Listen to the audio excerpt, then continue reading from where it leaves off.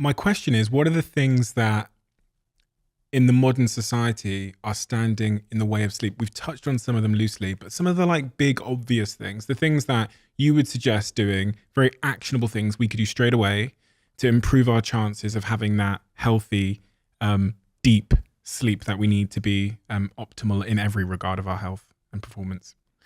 There's probably, I think, 5 standard tips, what we call sort of sleep hygiene that you can do. And then I'll come on to maybe just some unconventional tips that we've sort of touched on. And we've spoken about many of these. The first thing I would recommend people to do, and this is why when some people say, oh, what about this new sleep supplement? Or, it's 40 quid for this bottle of these new sleep natural medications. I'm going to give it a try.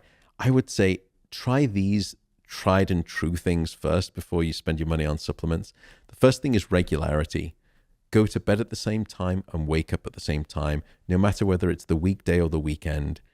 Your brain expects regularity. It thrives best under conditions of regularity. When you give it regularity, you can improve the quantity and the quantity of your sleep.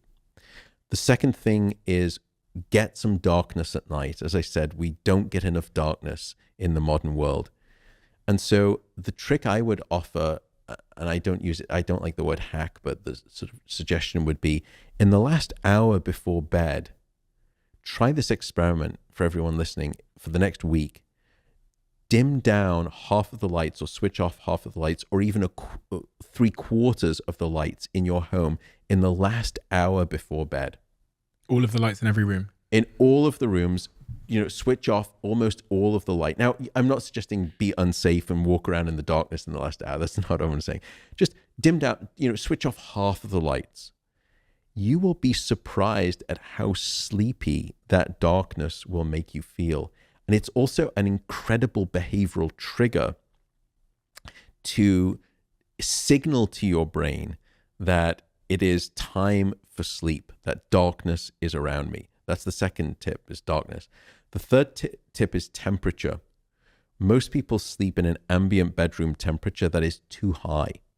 And you need to aim for a bedroom temperature of about 18 and a half degrees Celsius, around about 65 to 68 degrees Fahrenheit, if I'm probably butchering the mathematics there on that. But you need to get cool. Now, you can wear thick socks, you can have a hot water bottle, that's fine. But the ambient needs to be cold, because you need to drop your core body temperature and your brain temperature by about 1 degree Celsius to fall asleep and stay asleep. And it's the reason that you will always find it easier to fall asleep in a room that's too cold than too hot. So make your bedroom cold, make it dark like a cave. The fourth question would be sort of fourth suggestion would be walk it out. And we've spoken about this, the 30-minute rule, get up, do something different, or meditate. Don't lie in bed awake for too long. Then the final 2 things we've spoken about caffeine. We haven't spoken about alcohol, but let me just say, as the kind of headline of it, alcohol is not a sleep aid. Many people use it as a sleep aid. It is not your friend. Alcohol, again, is a sedative, so it knocks you out. The second is that it fragments your sleep. So you wake up, your sleep is littered with all of these small awakenings.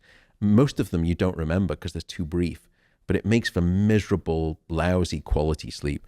And the final thing is that alcohol is very good at blocking your REM sleep or your dream sleep, which we know is critical for many other functions as well. So alcohol's not your friend. That's the sort of the final tip. Again, just if you're with friends, have a glass of red wine. Just know, okay, my sleep's not going to be great. No, thank you, Matt. Nice okay, that's right. And I'm joking. I'm not. Yeah, I'm joking. Whatever. It's just live life too. Of course, yeah. I'm not saying that. I was thinking there about the other sort of behavioral things that we do that harm our sleep as well. We talked about coffee earlier on, avoiding that. It's weird that people drink it after dessert in the evening. So never understood that. I guess that's an old tradition. But the other thing, obviously, that the modern generation are even more susceptible to is to have a quick TikTok. Look at the social media account or something. Now, I thought, there's a lot of different products out there that are trying to help with the light that comes from these screens that I think is the cause of what's keeping us awake. But there's this little button called dark mode on my iPad. Oh, there's also one called night shift. So if I just pop that on, Bob's your uncle. and I can crack on with my screen time. True or false? partly true. Oh, good. Okay, partly. So I can just pop that on night mode and dark mode, and then I can carry on using my iPad. Partly true.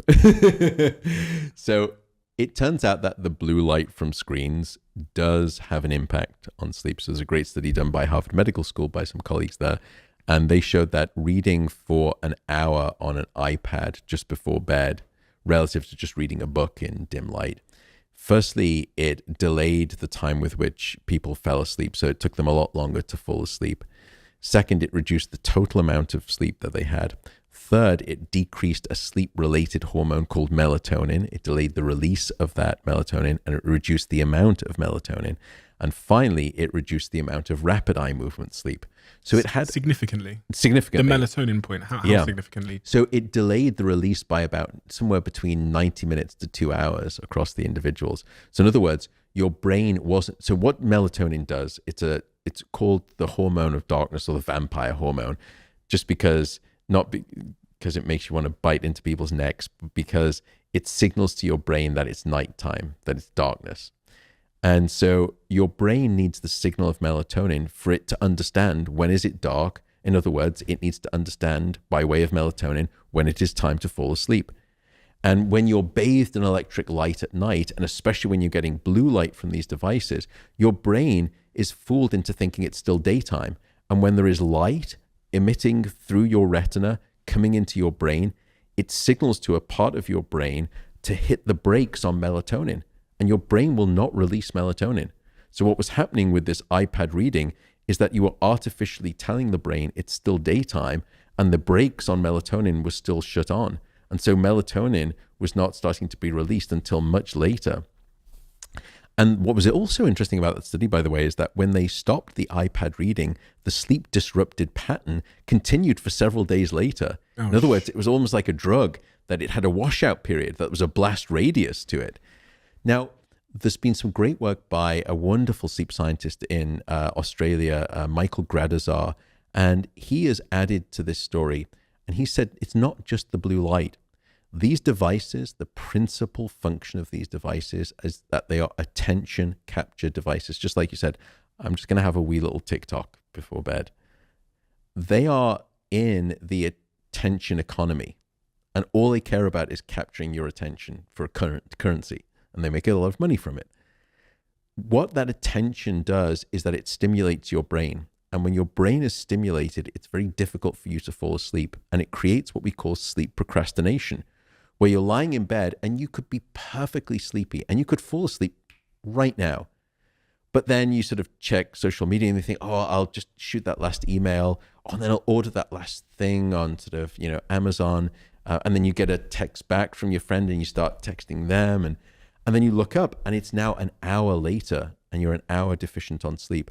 So it's the activation of your cerebral cortex by these devices that is perhaps the more harmful aspect of them regarding your sleep. Now, here again, I don't want to be finger wagging. The genie of technology is out the bottle and it's not going back in anytime soon. There's nothing that I'm going to say as a sleep researcher that's going to change that. I don't take my phone into my bedroom. I put my phone out in the kitchen and I don't see it until morning. But lots of people do, and fair enough. But there's another rule that I've stolen from another friend called Michael Grandner, who's here in America at the University of Tucson in Arizona. He has this great rule regarding technology, and it's the following, that if you really must take your phone into your bedroom, you can only use it standing up. And what you'll find is that after about 6 or 7 minutes standing up, you think, I'm just gonna sit down on the bed. And at that point, as soon as your backside hits the bed, you're done. You've got to put the phone away. I think it's a great rule of thumb if you need to take technology in the bedroom. I'm going to apply that. The other thing I wanted to ask was about sleep and weight loss. I've had a lot of health experts on this podcast recently, but none of them have really talked to me about the role that sleep or sleep deprivation plays in weight. Is there a relationship? It's probably one of the most well-defined relationships that we know in all of sleep science. And it is at least a 3-part story. So the first emerging evidence came in terms of hormones. So there are what we call appetite regulating hormones, and the two principal ones of concern here are something called leptin and ghrelin. Now, leptin, when it's released, will signal to your brain that you're satisfied with your food, you are satiated, and you are no longer hungry. Ghrelin does the opposite. When ghrelin is released, it says, no, you're not satisfied with your food, you are not full, you still want to eat more, you are still hungry. And some of the first studies, they started to just limit people, restrict people's sleep to 6 hours or 5 hours or 4 hours. And what they found was that there was, firstly, that signal leptin that says, no, you're satisfied with your food, you don't want to eat anymore, you're full. That signal of fullness, satiation, was decreased by 18%. If that wasn't bad enough, ghrelin, which is the hunger hormone, that leapt up by 28%. Overall hunger levels rose by about 26%. So firstly, it's almost like double jeopardy, that you are getting punished twice for the same crime of not sleeping enough. Once by losing the signal of, I'm full, I don't want to eat anymore. And once again for the, no, I'm much more hungry and I'm just going to overeat, which is ghrelin. So what that produces is a profile of increased eating. So on average, underslept individuals started to eat in those studies about 300 to 400 extra calories at each sitting by way of insufficient sleep. Then what they discovered is that it's not just that you want to eat more, it's what it is that you have a craving for when you are underslept. And this is the problem. What they found is that when you are underslept, you eat more of everything, but you especially eat more of these heavy-hitting, stodgy carbohydrates, bread, pasta, pizza. The next thing that you started to eat, have a preference for, was simple sugary foods, sweets and chocolate. And then finally, you started to crave very salty food, and high sodium food intake will increase your blood pressure. So that was the first of the three mechanisms. Then we did a study where we said, perhaps it's not just the circulating hormones in the body. The brain is the ultimate arbiter of your food decisions. So what's going on in the brain? So we took a group of perfectly healthy individuals and we put them through the experiment twice. Once when they'd had a full 8 hours of sleep, and once when we deprived them of sleep. And then the next day we placed them inside an MRI scanner and we showed them images of lots of different foods that range from being sort of, very healthy to being very unhealthy, and sort of ice cream and, chocolate and pizza and things, to leafy salads and nuts and greens and vegetables. And we asked them to rate how much they wanted that food for each item. Now we did something a bit sort of dastardly to make it more ecologically correct, so that they weren't just saying, okay, they probably think I should probably say that's healthy. We said, we're going to randomly select one of these images, these food images that you see, and after you get out the brain scanner, we're going to give you that food and we're going to politely ask you to eat it all. So it made it a bit more realistic, so the choices were more, as much as that we could. So what we found is that when they were sleep deprived, the deep hedonic centers, the emotional centers of the brain, these desire centers, these reward centers, they ramped up in their activity in response to these highly desirable, highly unhealthy foods. So these more basic sort of, guttural parts of the brain, as it were, these reward centers were lighting up much more strongly when you were sleep deprived. Worse still, the impulse control regions in the front of the brain, what we call the prefrontal cortex, they were shut down, they were taken offline. So as a consequence, you lost your impulse control. And that's why you start to then say, when I'm sleep deprived at the food sort of buffet, I'm not going to do salad. I'm just going to, that pizza looks awful good, or that pasta with the cream, I'm just going to go into that, all go. So it's what we call a pattern in terms of brain activity in neuroscience of hedonic eating, that your brain goes into this hedonic desire profile. So now we understood it's not just hormones in the body, it's also changes in the brain. Then came the finding that there's another chemical in the body that's responsible. And this comes on to cannabis. When people that you may know have smoked cannabis, they'll often say, I get viciously hungry. I get the munchies. I get really hungry. That's no coincidence, because cannabis will stimulate appetite. Now, we all have naturally occurring cannabis compounds in our brain and our bodies. They are called endocannabinoids. Endo meaning comes from inside us, whereas the cannabis that comes externally when you sort of smoke it or take edibles. So endocannabinoids do many things for the brain and the body, but one of the things that they do is control your appetite and your hunger. And what we found is that when you sleep-deprived individuals, these naturally occurring endocannabinoids rocketed up by over 20%, cranking up people's appetite. And so these three ways lead you to start packing on. When insufficient sleep is occurring, when sleep gets short, your waistline typically starts to expand. And we now understand the reasons. If that wasn't bad enough, it is bad enough. I know. Yeah. Can you just stop, Matt? Please? Honestly, I've really. The last thing that we discovered is that, let's say that you're trying to be really careful and you're trying to diet and you're trying to lose weight. If you're not getting sufficient sleep, then 60% of all of the weight that you lose will come from lean muscle mass. Oh, God, no. And not fat. Not the muscle. I know, exactly. So in other words, when you are dieting but you are underslept, you lose what you want to keep, which is muscle, and you keep what you want to lose, which is fat.